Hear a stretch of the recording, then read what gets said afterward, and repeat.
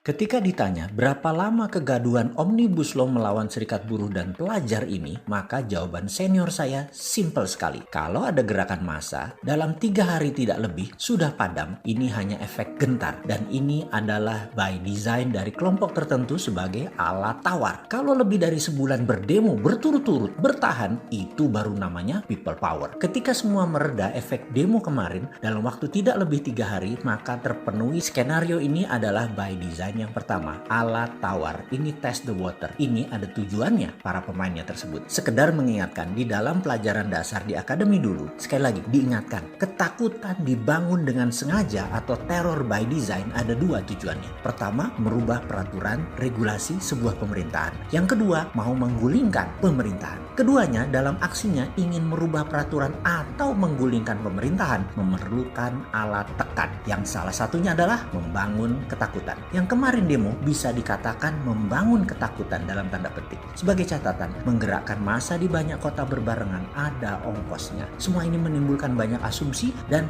jangan asal lempar tuduhan. Oke, kita cukupi dulu. Kita bedah strategi membangun ketakutan ini di lain waktu ya. Kembali kita membahas kalau kita ini pro kepada UKM, pro kepada kaum dasar piramida, bagaimana memasukkan hal yang memang akan menciptakan lapangan kerja baru, cepat meningkatkan kesejahteraan rakyat secara merata dalam regulasi undang-undang. Omnibus Law menurut saya yang kemarin belum sempurna karena belum bisa melaksanakan sila kelima, yaitu keadilan sosial bagi seluruh rakyat Indonesia. Bagaimana kalau urusan bernegara ala kita usulkan untuk dimasukkan strategi pro UKM? Ada 2 usulannya. Pertama adalah mulai sekarang gunakan post accounting system atau post audited system di dalam proses perizinan untuk semua bidang usaha. Maksudnya bagaimana? Sistem sekarang semua izin di depan atau pre-accounting, IMB, BP POM, dan banyak lagi sampai sertifikat halal MUI juga harus di depan. Oh ya, urusan sertifikat halal ini mungkin saya karena orang kampung dan tidak mengerti agama, jadi suka heran untuk apa sertifikat halal ini. Kenapa nggak sertifikat haram yang MUI terbitkan?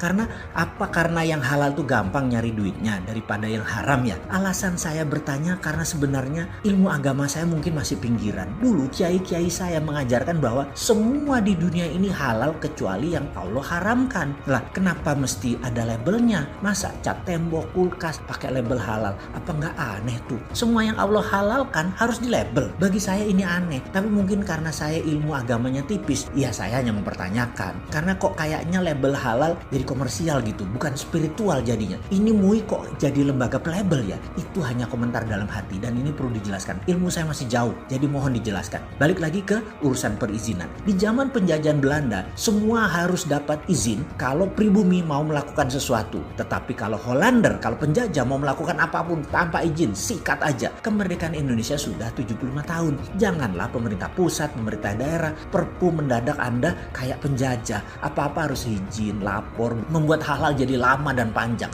AMDAL lah, HO lah, IMB lah, izin ina itulah. Ini perlu ada. Tapi sekali lagi ada tapinya. Oke, begini, biar mudah.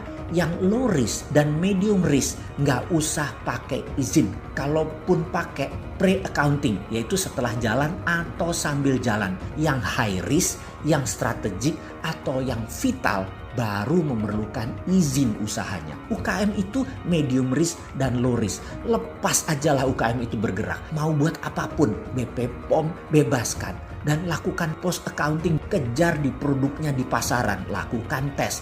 Jika ada yang berbahaya, misalnya mengandung merkuri, kimia berbahaya masuk ke tubuh di atas ambang batas, langsung tutup.